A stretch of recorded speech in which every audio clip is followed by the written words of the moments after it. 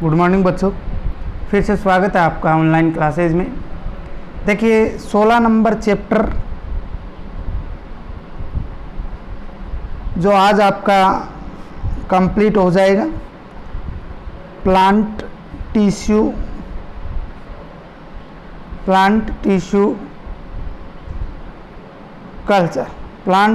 Culture, पादप उत्तक संवर्धन। कुछ बच्चे रिस्पॉन्स कर रहे हैं सर बोरिंग चैप्टर है। देखो थोड़ा सा समझने की इस चैप्टर को ज़रूरत है, ऐसी बात नहीं है बोरिंग चैप्टर है, अच्छा चैप्टर है, समझने की इसको आवश्यकता है। आज ये चैप्टर आपका पूरा हो जाएगा, उसके बाद में कल से हम नई यूनिट शुरू करेंगे। आपकी बॉटनी जो है वो पूरी कंप्लीट हो जाएगी, 1 से 20 चैप्टर्स जो हैं वो कंप्लीट हो जाएंगे। अर्थात कहने का मतलब है आपकी प्रथम 5 यूनिट जो हैं वो कंप्लीट हो जाएंगी, प्रथम 5 यूनिट कंप्लीट हो जाएगी। ऐसा नहीं है जूलॉजी की भी हमने नहीं पढ़ी, जूलॉजी की हमने कुछ यूनिटें की हैं, जो शेष हैं उनकी बात हम करेंगे। देखिए तो आगे आज हम बात करते हैं आनुवांशिकता रूपांतरित पौधे। कौन से पौधों की बात करेंगे? आनुवांशिकता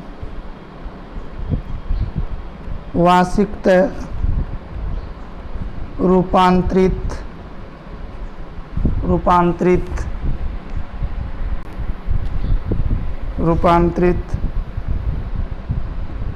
पौधे, या आप इनको बोल सकते हो ट्रांसजेनिक पौधे।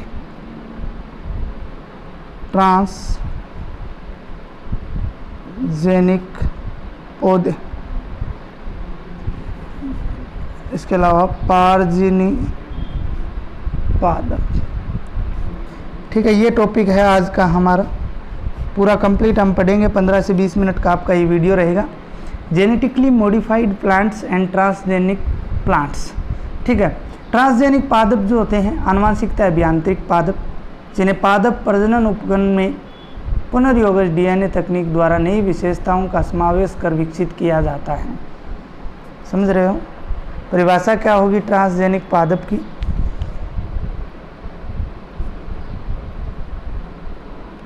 Transgenic plants.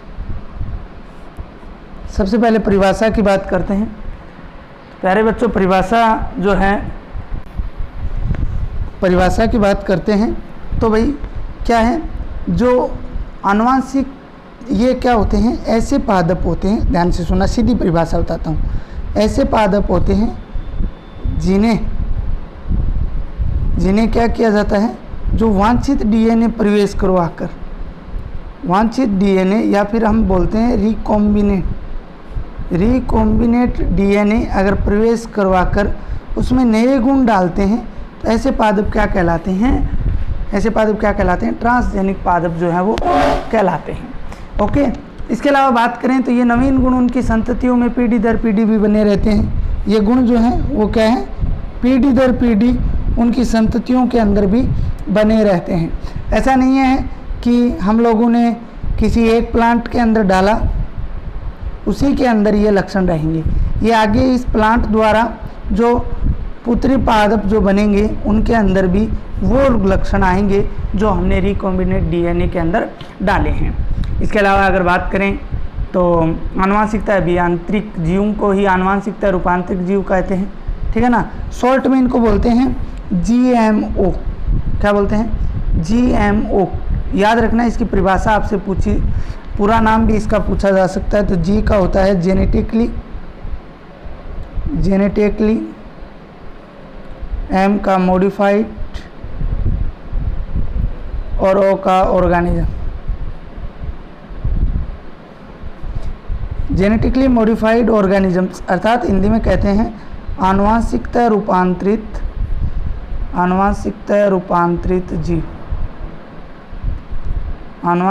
रूपांतरित जीव।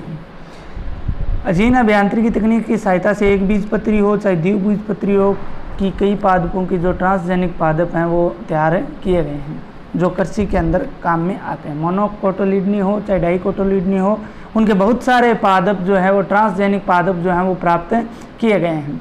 पादप जातियों की ट्रांसजेनिक पादप जो है वो निम्नलिखित चरणों में विकसित किए जाते हैं।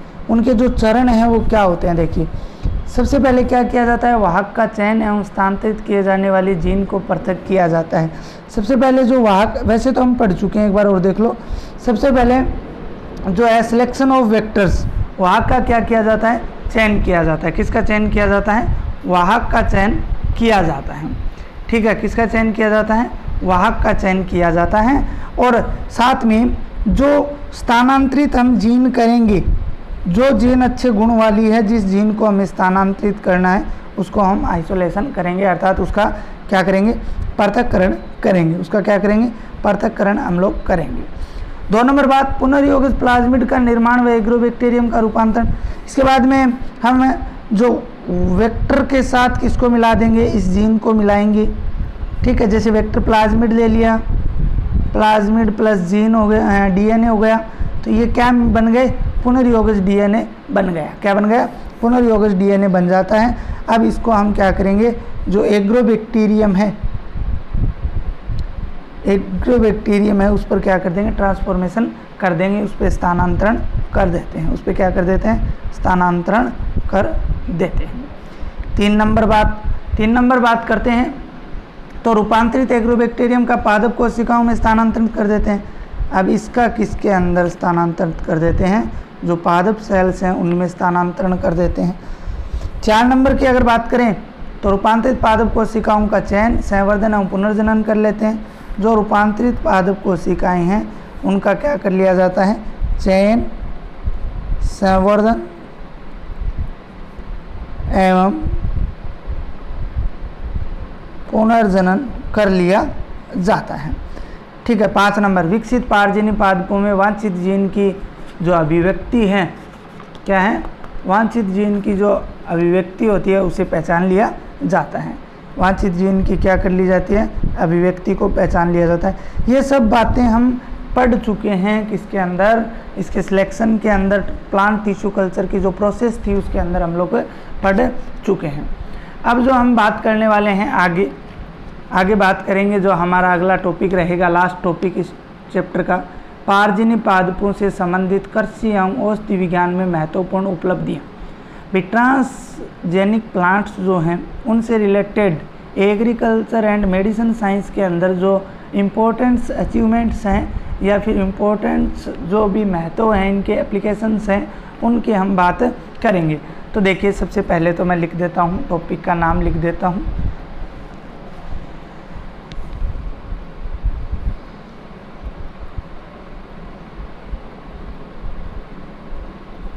पराजीनी पादपों से संबंधित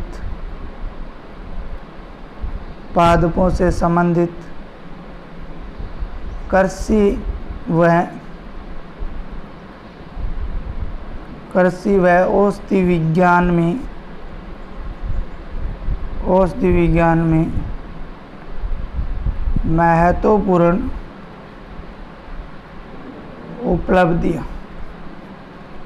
महत्वपूर्ण उपलब्धियाँ। पारजीनी पादपों से संबंधित कृषि एवं औषधि विज्ञान में महत्वपूर्ण उपलब्धियाँ। Transgenic plants related agriculture and medicine science in importance achievements की हम लोग जो है वो बात करने वाले हैं।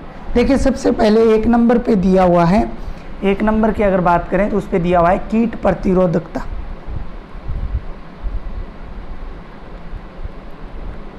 एक नंबर पे क्या दिया हुआ है, कीट प्रतिरोधकता। ठीक है, कीट प्रतिरोधकता का मतलब है जो बेसिलस थ्यूरिजेंसियस नामक जीवाणु है, जिसे शॉर्ट में हम बीटी कहा जाता है। बीटी का पूरा नाम क्या होता है, बेसिलस, कई बार परीक्षाओं में आया हुआ है, बेसिलस थ्यूरिजेंसियस, बेसिलस थ्यूरिजेंसियस। ठीक है, ये बीटी का पूरा नाम जो है वो होता है और इम्पोर्टेंट है, याद रखना, इसका पूछ लिया जाता है। प्राकृतिक रूप से अगर इसकी बात करें तो ये मिट्टी में पाया जाता है। कहाँ पाया जाता है, मृदा में पाया जाता है। इस जीवाणु की सबसे पहले अगर पहचान की बात करें तो वो 1911 में की गई थी। कब की गई थी, 1911 में की गई थी, और उस समय खोज की गई कि इसके द्वारा 4 सलभ जातियों के लार्वा की मौत हो गई थी। किसकी, 4 सलभ जातियों के लार्वा की मौत हो गई थी। इसके बाद में 1961 के अंदर, 1961 में अमेरिका में इसका जैव कीटनाशी के लिए पंजीयन किया गया। किसके लिए? जैव बायो कीटनाशक के रूप में इसका जो है बायोपेस्टिसाइड्स है उसके रूप में इसका पंजीयन किया गया। इस जीवाणु में बीटी जीन पाया जाता है। बैसिलस थ्यूरिजिएंसिस में कौन सा जीन पाया जाता है? बीटी जीन पाया जाता है। इस बीटी जीन को अगर हम बात करें तो कीटनाशी प्रोटीन का संकेतन करता है। ये बीटी जीन जो है वो क्या करता है? कीटनाशी प्रोटीन का संकेतन करता है, प्रोटीन का संकेतन करता है। ठीक है, इस जीन को क्राई जीन भी कहा जाता है। इस बीटी जीन को दूसरा क्या नाम दिया गया है? क्राई जीन भी कहा जाता है। ये भी आप लोगों को क्या रखना है? याद रखना है। कौन सी जीन कहा जाता है? क्राई जीन भी इसको जो है वो बोला जाता है। इसके बाद अगर हम बात करें इसमें तो इस जीन को बीटी जीवाणु से अलग करके इसे कपास में स्थानांतरित किया गया। इस भाई बीटी जीन है, इसको बैक्टीरिया से अलग कर लिया गया और जो कपास पादप है उसमें स्थानांतरित कर दिया गया। किस में स्थानांतरित कर दिया गया? कपास में। कपास में स्थानांतरित किया गया तो इस प्रकार एक नई कपास विकसित हुई जिसे क्या कहा जाता है? बीटी कपास कहा जाता है। बीटी कपास या किलर कपास कहा जाता है, या क्या कहा जाता है? किलर। बीटी कॉटन या बीटी कपास या किलर कपास उसको बोला जाता है। ये कपास गोलक सलभ के प्रतिरोधी होती हैं। इसको जो गोलक सलभ होता है वो इसको कोई नुकसान नहीं पहुंचा सकता, उसके प्रति ये क्या होता है? प्रतिरोधी होती है। तो आनुवंशिकता या ट्रांसजेनिक पादपों का ये हमें सबसे बड़ा महत्वपूर्ण जो है उपलब्धि प्राप्त हुई कि बैसिलस थ्यूरिजिएंसिस के शरीर से जीन निकाली बीटी जीन, उसे कपास के अंदर स्थानांतरित किया। अब कपास को गोलक सलभ से के प्रति जो प्रतिरोधक क्षमता है वो उपलब्ध हो गई। इसके बाद में 2 नंबर बात करते हैं शाकनाशी प्रतिरोधकता। शाकनाशी प्रतिरोधकता। शाकनाशी प्रतिरोधकता की बात करते हैं तो अधिकांश शाकनाशी पौधे हैं उनमें आवश्यक एमिनो अम्लों के सिलेक्शन, जो एमिनो अम्ल हैं उनको निर्धारित किया जाता है। किसको? एमिनो एसिड को निर्धारित किया जाता है। जैसे ग्लाइफोसेट, जैसे कौन सा? ग्लाइफोसेट है। एक ग्लाइफोसेट शाकनाशी एक एंजाइम 5-इनोल पाइरुविल सिक्कीमेट भाई सॉल्ट में EPSPS से क्या है? क्रियाशीलता का दमन करता है। इसी प्रकार अन्य कुछ हैं, इनका प्रभाव जो है वो टमाटर, पिटूनिया आदि के अंदर जो है वो पार्जन्य पादप जो है इनके विकसित किए गए हैं।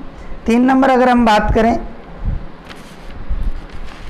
3 नंबर की अगर हम लोग बात करते हैं, 3 नंबर है नरबंधेता उत्पन्न करना।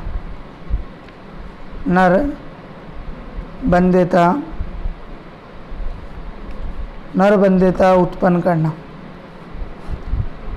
नरबंधेता का मतलब है जो नर पादप है उसको आगे जो जनन की क्रिया है उसको रोकना। तो पादप प्रजनन में भाई संकरण हेतु प्रयोगों में बंधे नर जो होते हैं वो पादप अत्यधिक महत्वपूर्ण होते हैं। इनको बंधे नर विकसित होने पर विपुषण क्रिया होती है। एक आप 10वीं क्लास 11वीं क्लास में पढ़ के आए हो। विपुषण का मतलब होता है जब पुष्प से उसके परागकोश को हटा दिया जाता है। परागकोश को क्या कर दिया जाता है? हटा दिया जाता है। तो उसमें श्रम, जो समय, मेहनत व धन है उसकी व्यय करने की आवश्यकता नहीं होती है। इसके लिए बेसिलस एमाइलोलिकेफेंसिस से प्राप्त बार्नेज जीन को एग्रोबैक्टीरियम की सहायता से तोरिया के संजीन में समाकलित करके उसको नरबंधे पादप जो है वो प्राप्त किए जा सकते हैं। ओके, 5 नंबर अगर हम बात करें तो वो है फलों में विलंबित परिपक्वन करना। फलों में विलंबित परिपक्वन। फलों में विलंबित परिपक्वन की बात करते हैं तो अमेरिका में विकसित पार्जन्य टमाटर है, जैसे उसका क्या नाम है? Flavr Savr. कौन सा टमाटर है? Flavr Savr. फ्लेवर सावर टमाटर है जो अमेरिका में विकसित किया गया है। आनुवंशिक टमाटर, इस किस्म के टमाटर सामान्य टमाटरों की अपेक्षा अधिक स्वादिष्ट अवस्था में पाए जाते हैं। तो ये भी आप याद रखना। कौन सा टमाटर है वो? Flavr Savr. ये प्रश्न भी कई बार परीक्षाओं के अंदर पूछा गया है। 6 नंबर अगर बात करें तो पाराजीनी पादप जैव किण्वनक के रूप में, किसके रूप में? जैव किण्वनक के रूप में भी काम में आते हैं। बायो रिएक्टर के रूप में भी ये क्या है? काम में आते हैं, जिसे आणविक कृषि के नाम से भी जाना जाता है। ये रसायनों के रूप में काम आते हैं। किसके रूप में? रसायनों के रूप में काम में आते हैं। किसके रूप में? रसायनों के रूप में काम में आते हैं। अतः इस प्रकार की कृषि जो की जाती है उसे आणविक कृषि के नाम से भी जाना जाता है, जिसके अंदर विभिन्न रसायनों को काम में लिया जाता है। आणविक कृषि हेतु कुछ विकसित पादप हैं, जैसे कि बात करें तो गोल्डन राइस है। कौन सा है? गोल्डन राइस है, जिसमें विटामिन ए, ठीक है। इसके अलावा बीज प्रोटीन गुणवत्ता। दूसरा जो है सुपर पोटैटो, ये भी याद रख लेना आणविक खेती के लिए। खाद्य टीके हैं, महत्वपूर्ण औषधियाँ हैं, जैव अपघटनीय प्लास्टिक हैं। इसके अलावा उपापचय अभियांत्रिकी है। ये कुछ महत्वपूर्ण बातें थी। इसके बाद में अगर बात करें अगले टॉपिक की, तो रूपांतरित पुष्प रंगों युक्त पारजीनी पौधे। रूपांतरित पुष्प युक्त पारजीनी पौधे। नीदरलैंड में पुष्पों का कारोबार महत्वपूर्ण है। भाई पुष्पों का कारोबार कहाँ पे महत्वपूर्ण है? नीदरलैंड में। वहाँ पे पिटोनिया के पुष्पों का रंग केसरिया नहीं होता, परंतु नीदरलैंड के वैज्ञानिकों द्वारा मक्के से जीन अलग की गई और वो किस में स्थानांतरित कर दी गई? पिटोनिया में। अब वहाँ पे पिटोनिया का रंग कैसा होता है? केसरिया रंग होता है। तो इस प्रकार आनुवंशिकता अभियांत्रिकी की सहायता से नीला गुलाब, नीला कार्नेशन, नीला ट्यूलिप भी विकसित किए जा चुके हैं। कहने का मतलब है, अगर किसी पादप का रंग लाल है और किसी का सफ़ेद है, तो लाल वाले की जीन निकालकर सफ़ेद वाले में डालने पर इस पुष्प का रंग कैसा हो जाएगा? लाल हो जाएगा। इसके बाद में पर्यावरण, पारिस्थितिकी और मानव पर पारजीनी पादपों का दुष्प्रभाव भी पड़ता है। कैसे? कि स्थानांतरित जीन के समान जाति की फसलों व निकट जाति के जंगली पौधों में प्राकृतिक रूप से स्थानांतरित करते हैं, जिससे उस जाति को क्या रहता है? खतरा रहता है। अत्यधिक प्रतिरोधक क्षमता युक्त फसलों से नई महामारियां फैलने की संभावना है। पारजीनी फसलों के उत्पादों के उपयोग से उपयोगकर्ताओं को एलर्जी की संभावना है। कृषि के तरीकों पर प्रभाव एवं पारिस्थितिकी तंत्र में असंतुलन आदि होने की संभावना है। प्राकृतिक पादप जैव विविधता को नष्ट होने का खतरा, नई किस्मों का प्रकृतिचरण होने का खतरा, जंतुओं, सूक्ष्मजीवों, वायरसों आदि के जीनों का अन्य महत्वपूर्ण पादपों में समावेशित होने की संभावना। तो कुछ दुष्प्रभाव भी हैं और बहुत सारे इसके लाभदायक प्रभाव भी हैं। इसके बाद में अगर बात करें लास्ट टॉपिक की, तो लास्ट टॉपिक यह है पारजीनी पौधों की भावी संभावनाएं। पारजीनी पौधों की भावी संभावनाएं। पारजीनी पौधों की भावी संभावनाएं। अगर बात करें भावी संभावनाओं की, तो जैसे धान्य पादप जैसे गेहूं, चावल आदि में नाइट्रोजन स्थिरीकरण जीन के स्थानांतरण द्वारा वायुमंडलीय का नाइट्रोजन का स्थिरीकरण करना, नाइट्रोजन फिक्सन जो होता है उसका स्थिरीकरण करना। प्रकाश संश्लेषण की बढ़ोतरी के लिए सर्वोत्तम स्रोतों का चयन होना, जैसे C3 पादपों को किस में बदलना? C4 में। C3 पादपों को किस में बदलना? C4 के अंदर। पारिस्थितिक मित्र पादप विकसित करना, जो हवा, मृदा, जल आदि के प्रदूषकों को समय में अपघटित करने की क्षमता करें, इन्हें पारिस्थितिक मित्र पादप कहा जाता है। पारिस्थितिक मित्र पादप क्या कहा जाता है? पारिस्थितिक मित्र पादप कहा जाता है, जो क्या करते हैं? हवा, मृदा, वायु, जल आदि के प्रदूषकों को समय में अपघटित करने की क्षमता रखते हैं। सब्जियों और फलों को पकने में समय इच्छित परिवर्तन कर उनके मौसम पर निर्भरता को समाप्त किया जा सकता है। ये कुछ भावी संभावनाएं हैं, future prospects of transgenic plants. प्यारे बच्चों, इस प्रकार से आपका ये चैप्टर नंबर जो 16 था वो कंप्लीट हो गया है। ठीक है, इनके महत्वपूर्ण प्रश्न भी मैं आपको बताऊंगा जल्द ही। अभी एक शुरू करेंगे सिस्टम जिससे आपको हर चैप्टर के प्रश्न जो हैं वो बता दिए जाएंगे। तो आज के लिए इतना ही। कल हम नई यूनिट की शुरुआत करेंगे, कौन सी करेंगे वो हम कल चर्चा करेंगे।